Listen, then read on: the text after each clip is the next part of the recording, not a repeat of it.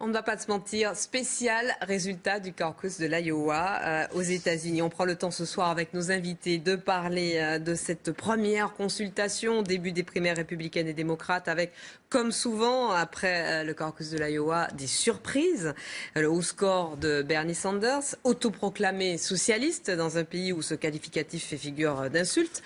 La deuxième place de Donald Trump côté républicain, marquée à la culotte par Marco Rubio.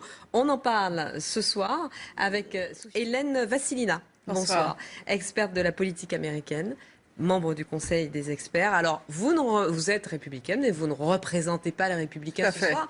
D'ailleurs, Hélène Kuntz, bonsoir, experte financière, membre des démocrates Broad. Oui. Vous ne représentez pas les démocrates ce soir, mais vous êtes démocrate, vous avez soutenu la campagne d'Obama. Donc on va dire, comme sur Twitter, que vos déclarations ce soir n'engagent que vous. Exact. Mais elles sont quand même éclairées et argumentées. Alors, ce petit État, l'Iowa, est-il représentatif de ce qui se passe dans le reste du pays?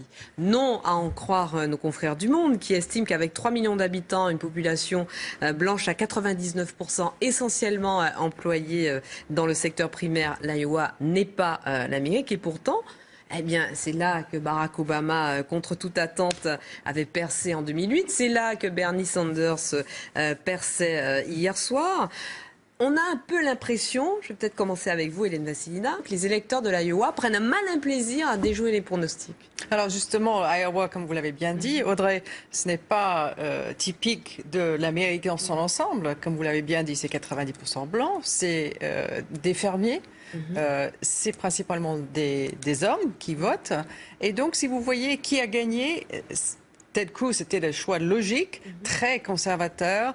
Dans son speech d'acceptation, elle a dit merci à Dieu, que Dieu bénisse voilà, cette vote. Et vous remarquerez aussi, Audrey, qu'en 1996, c'était Bob Dole qui a gagné. Donc ceux qui gagnent à Iowa ne gagnent pas forcément la présidence. 2004, John Kerry, qui est maintenant secrétaire d'État. Voilà. Donc, vous voyez, l'Iowa n'est pas vraiment la recette magique, mais bon, c'est un départ du débat, n'est-ce pas, présidentiel. C'est un État. L'Amérique. Hélène Kuntz, avant qu'on parle de ce qui s'est passé côté démocrate, votre lecture du résultat côté républicain? Alors, il est tout à fait caricatural, ce monsieur. J'ai du mal à ne pas sourire un petit peu. Il est face plus sérieusement à un obstacle de taille. C'est qu'on attend ce monsieur Cruz. Parce que le Parti démocrate va le tacler juste avec un procès pour dire que sa candidature n'est pas du tout valable.